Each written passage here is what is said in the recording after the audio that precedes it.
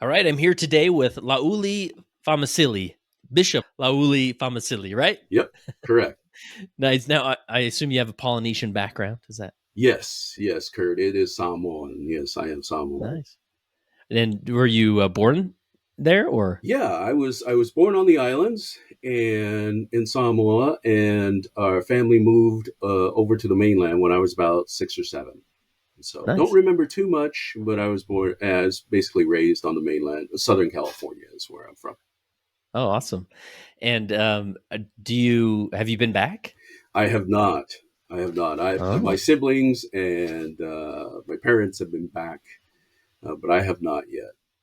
nice. And where do you live currently? I live in Washington State, so in the southeastern part of Washington State. It's a beautiful part, right? Yeah, yeah. Cool. And then how long you been serving as bishop? I have been serving as bishop a little over 5 years. Awesome. So you're about there. I mean, what's the word? Are you hearing anything? I Or? believe so. I believe so. We're close. Yeah, we're close. That's awesome. And what do you do for work? I work in agriculture and specifically in insurance. So, Wow.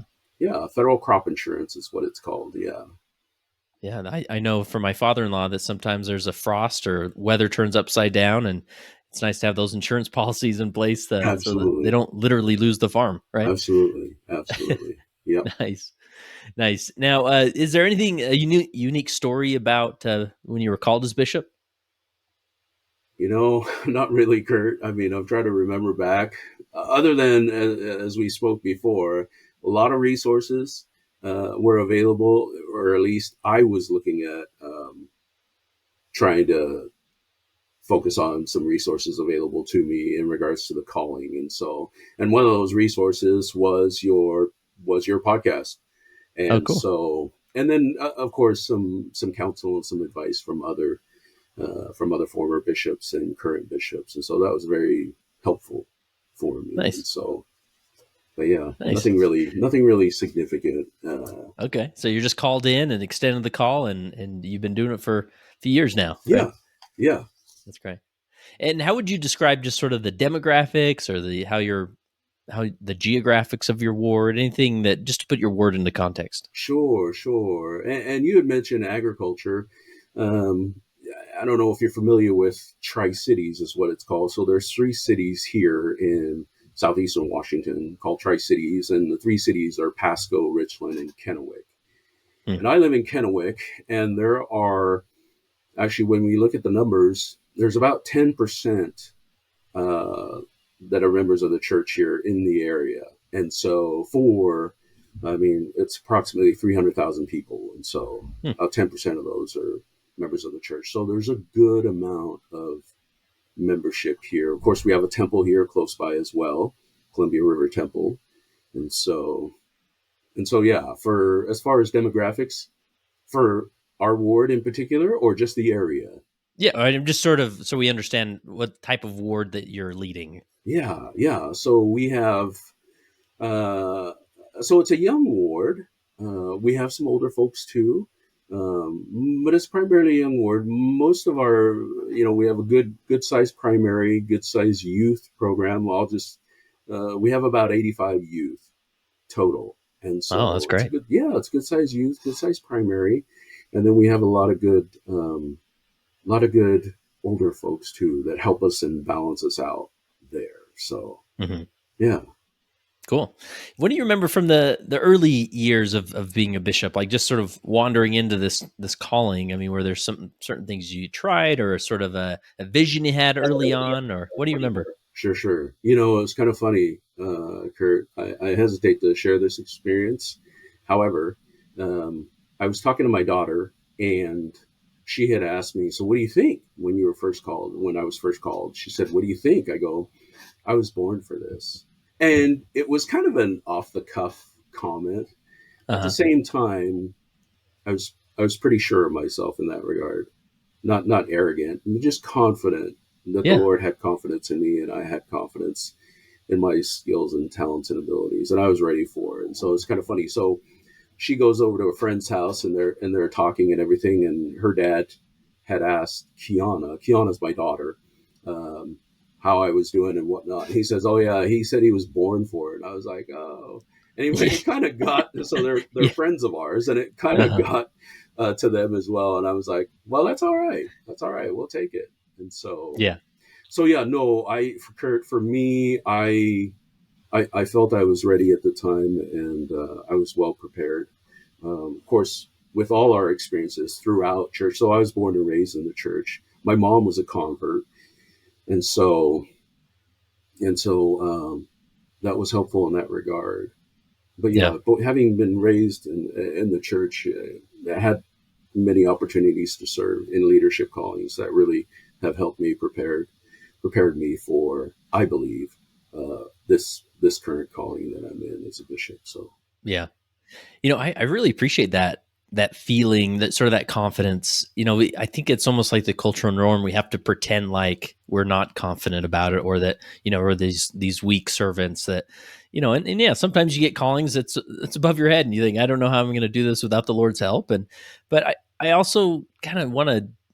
Whenever there's a cliche in a culture, it's sort of, let's look at that. And maybe there's something wrong with that, because I think that can hurt us in the long run when we feel like, oh, I can't live up to this, or I'm smaller than this. And then I don't know, I feel like that puts us on the wrong track. But to, feel like, I think I'm ready for this. I could do this. And again, not in a place of pride. It's just like, the Lord's given me some experience that I think I have something to offer to the ward.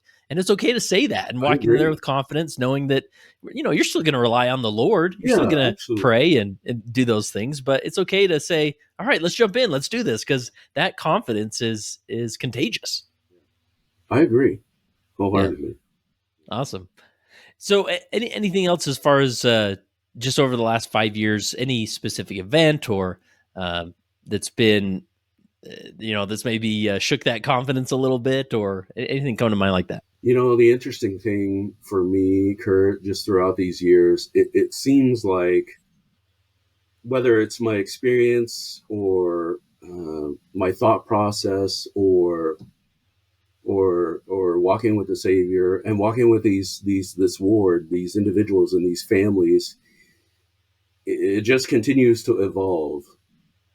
Uh, and so my experience continues to evolve. Our goals and plans and Hmm. whatnot continue to evolve. And so there's nothing.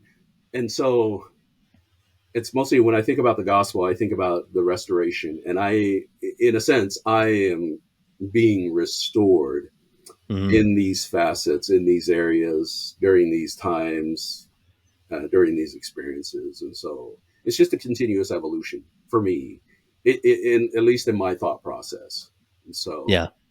and there are many experiences that have that have helped me and led me throughout the call. So does that make sense? Yeah. So, I mean, you found it very personally restoring. Yeah, yeah. And so there was nothing really. I mean, yeah, I guess it comes with that confidence and that fortitude, primarily with the Savior. Though you're exactly right. I mean, all we can't do this thing without Jesus, without the Savior. And so I just I just felt that I continue to evolve and be restored, similar to the church in that way. And so when when when things do arise and when things happened, um, as far as issues or what have you, um, I wasn't really shaken, I guess. I mean, we were prepared, I guess is what I'm trying to say. We were Yeah. organized, we were prepared, we had planned for it. Obviously, with the Lord had planned and prepared us for these occasions and experiences. Yeah. Awesome. Well, and as we do with these How I Lead interviews, you sent me a few principles to consider that will lead us through an outline here. And let's jump into those, and maybe some uh, concepts or stories will come out of this that you can share. So the first one Sure. is Jesus' love. Yeah. How do you use that in your leadership? Yeah, I mean, I first felt it when I was called that Sunday, sustained and everything, and then they had asked, like they normally do, stake leadership to have come up and share your testimony. And once that Sunday when I shared my testimony, and I wasn't set apart obviously at this point in time. However, just Hmm. an overwhelming feeling of love just showered. I mean, it was poured out upon me as I looked at the as I looked at the congregation, not knowing very many of them. I mean, it was a new bound. It was a new, not a new ward. I mean, we'd been there for about 5 years, and so we're getting to know a lot of the folks there and everything. However, um, just an overwhelming feeling of love. And to this day, Kurt, I still don't quite understand that love. I mean, the depth and breadth that Neil A. Maxwell talks about. It's continuous. It's continuous for me. So it continues to evolve in different ways. And so that was initially that had happened right away, even before I was set apart. And I felt it. I felt it. And that has continued throughout my leadership. Like every Sunday is I feel a lot of love every Sunday. And leading up to it, not that I don't feel love during the week or whatever, but that Yeah. Sunday for me is just that, it's just a recharging, restoring, reviewing. Um, and when I go to church on Sunday in the morning meetings and whatnot, or in the meetings and everything else, I mean, that whole day is just, you're like in a cloud. At least that's how my thoughts are. How I'm just in a cloud of love, for lack of a better word, of Hmm. love, and that continues with me throughout the week as well. And some of those impressions, some of those experiences come just recently. Here we've had a good friend of mine just passed away, and a lot of similarities with my life and his in regards to our experiences, where we come from. He came from South Africa. I came from Samoa. Um, his mother was, a single mother for a short time. Mine was as well. And so, anyway, just similar experiences in the gospel as well. Um, and so I, anyway, my thoughts continued to turn to him prior to him passing. And so we saw each other often. And I think that love that emanates from the Savior to us emanates from those experiences that we have, whether we're thinking about somebody or somebody comes to our minds, or you know we're called to action for some type of purpose and some type of experience, and so or we're just visiting with somebody. And so that's kind of Yeah. what and so what I try to do is try to allow that to resonate with the members of the ward too, and others, by Hmm. showing, by accepting, by receiving, and then also giving, as a Savior Hmm. would do. And so, Yeah. So it's one thing to feel the love, but it's you got to take the next step of making sure you project that love on others, right? yeah, That yeah, you're leading. and then Yeah. it turns into action, right? Uh-huh. So, Yeah. As far as applying that, like even like on a busy Sunday, right? You got a lot to do. Maybe there's meetings. You got to, this teacher didn't show up, so the bishop was scrambling there. Or, because it could be very. There's this gravity towards administration, right? And yeah, love is often in the context of ministering. yeah, So how is that manifested just on Sunday, or what comes to mind when thinking about sure. that context? No, that's a great question. I think for me, it's um, let me, if I could just say it this way, there are percentages, right? And so for me, on the administrative side, I give it about 20%, and the rest of it's 80. So the rest of it's love. Uh huh. And so that 20%, yes, it's significant, it's important, we focus on it. However, the love is just overwhelming. And so I don't know if that makes sense, Kurt, Yeah. there. Yeah. Well, you're often just sort of in this cadence of love the majority of the time, but then every once in a while, an administrative Yeah, task or fire pops up, and yeah, you have to shift there and go to that place real quick. But always coming back to that, I'm with my people, I'm connecting with others, I'm yeah, it not really, hiding in an office just to get administration done, right? no, it really is that way. It's almost like I mean, it's there, but you don't, and you give it the attention that it's due, but it's not a focus. It's not a main Hmm. focus, if that Yeah. if that makes sense. Yeah. And so, Awesome. and maybe I deflected onto my counselors and whatnot, and they can handle it in that way. And Yeah. so, Yeah, yeah. Well, and I often, when I was a bishop, I'd often explain this principle of I want to be Bishop Smiley, and sort of communicating to my counselors like I don't want to be the one if that teacher doesn't show up, or you know, this or that pops up, administrative need, or like I want you guys to focus on that. I want to be the bishop who just suddenly has time to sit down with that widow and have a 10-minute conversation, yeah, or is taking an extra minute with this or that person, or goes to Sunday school and can make the comments, right? Like I want to yeah, be that leader who is sort of a figurehead of like, oh, there's the bishop, like Bishop Smiley there. right, He's present, he's loving. I'm not always curious where he's at, right? right, right. Yeah. Yeah, I feel Yeah. that. I feel that Cool. definitely. Next principle is grace. I mean, can't have too much of this. So, Yeah. how does that show up in your leadership? Oh man, grace, and that's grace has been something that I've continued to learn even today, and will continue. I mean, I think for me, grace is all encompassing. There was an experience here with a really good friend of mine, and I just had a heart to heart with him, and this is a really good friend. I baptized him. He converted to the Savior and was baptized into the Church of Jesus Christ of Latter-day Saints, and so we've been together for quite some time. There's been experiences where I've gone out with him to get his son, who had some addictive behavior and was just in a bad place, and so we drove to another city.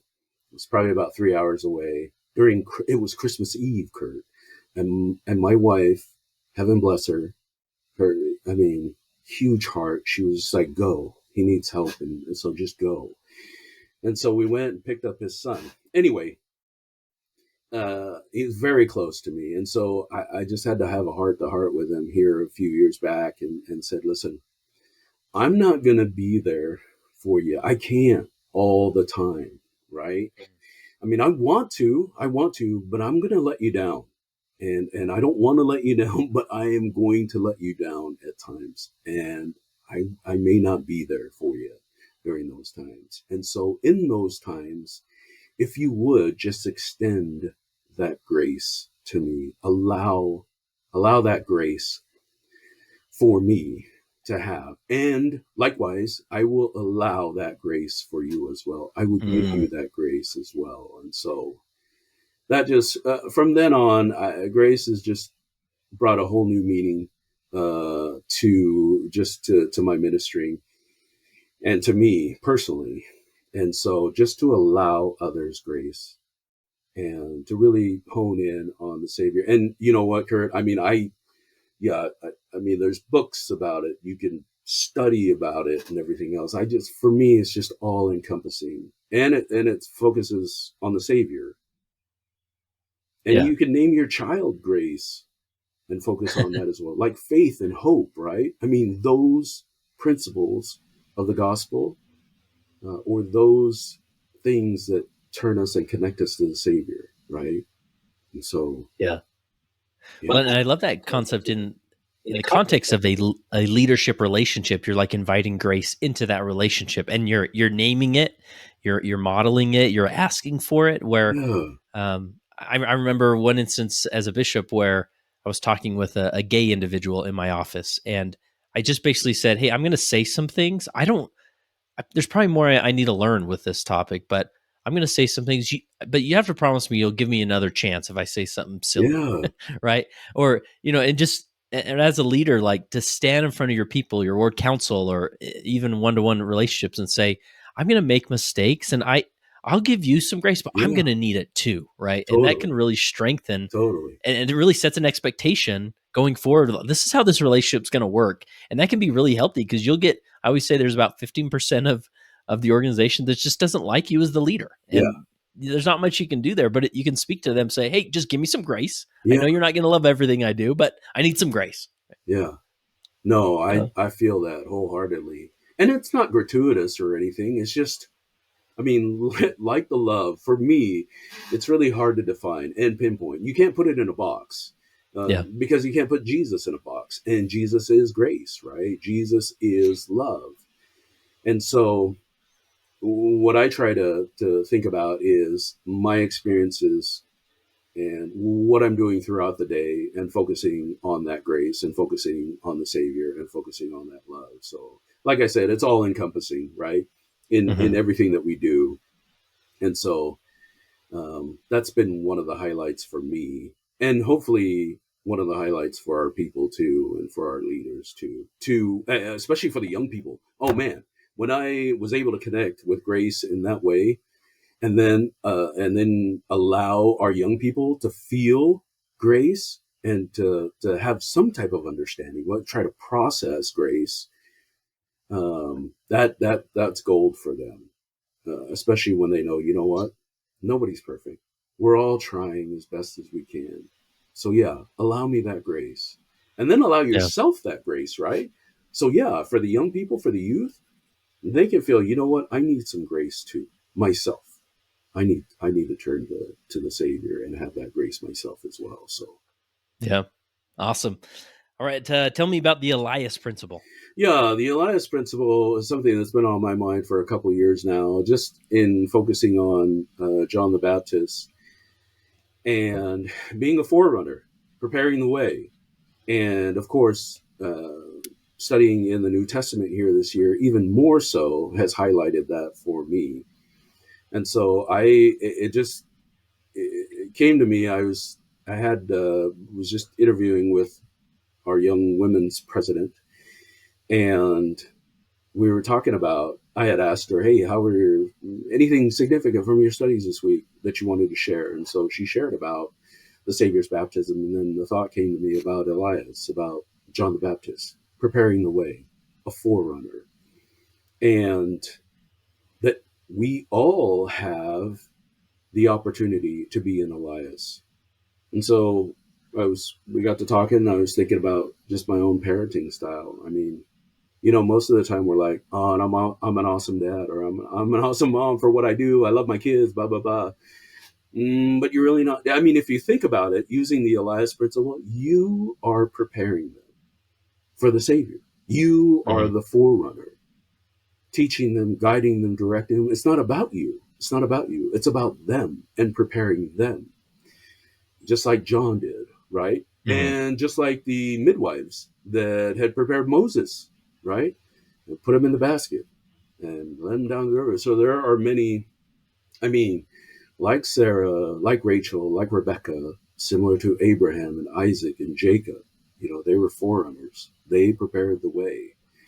And so that was a leadership uh, trait or style or characteristic that I wanted to share with our ward council. It's like, listen, you are preparing your presidency, right? You're the forerunner. You're preparing them to be whatever it is that the Lord needs them to be in their callings. Most importantly, though, as parents, right?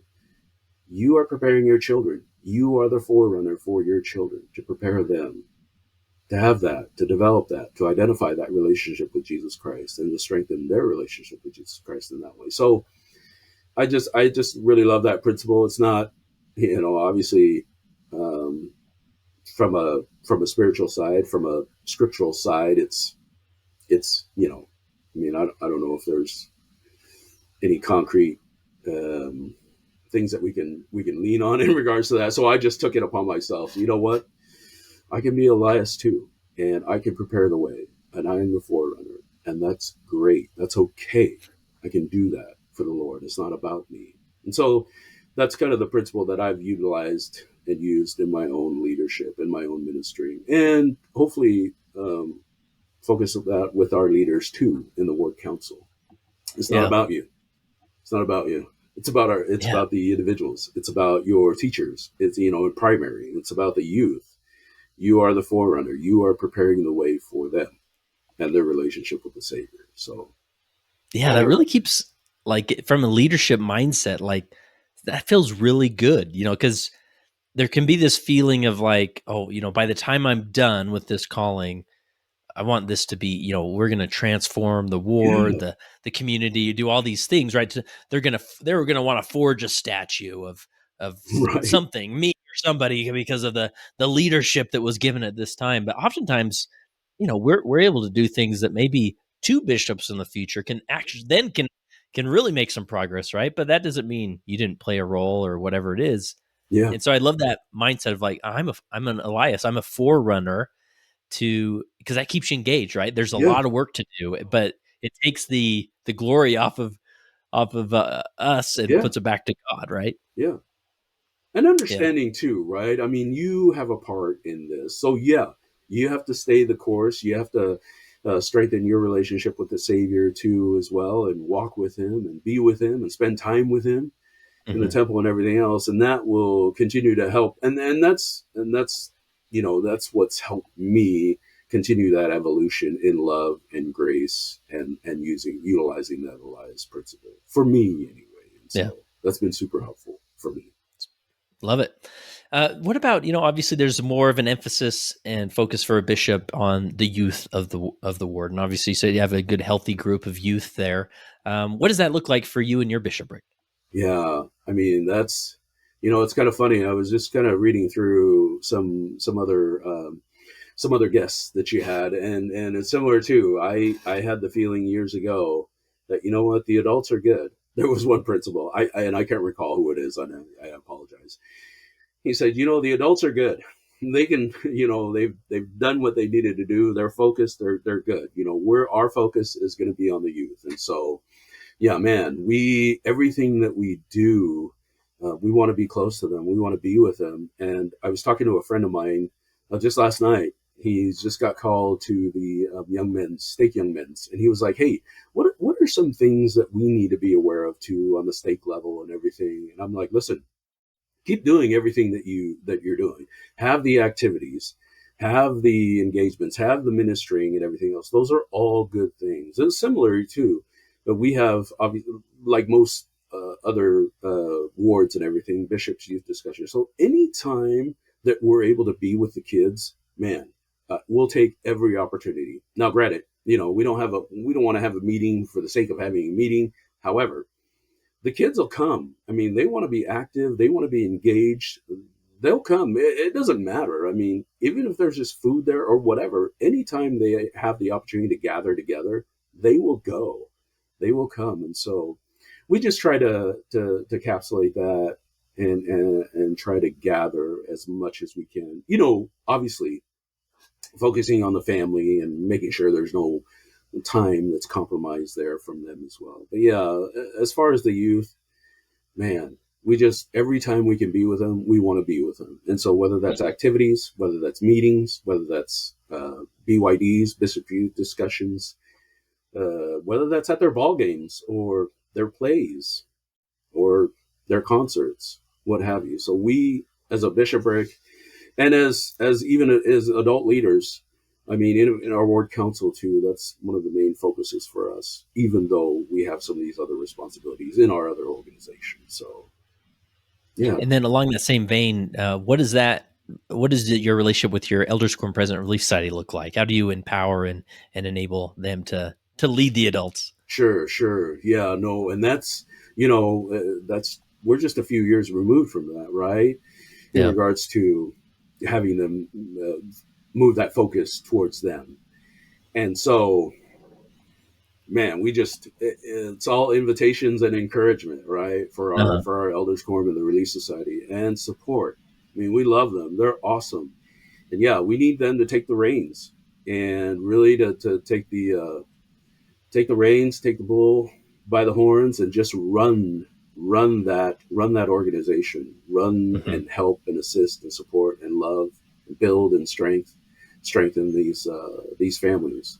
And so it's more high level, Kurt, right, in that way. Yeah. But like you and I, right, in these and many of us in these leadership opportunities, we've had those experiences that have helped us and catapult us to where we are today. And so, of course, with the Lord, I mean, those things help us to put those things together. So yeah, Yeah. That's really, great. I'm more of a hands off. Like, listen, you take the reins and run with it. Yeah.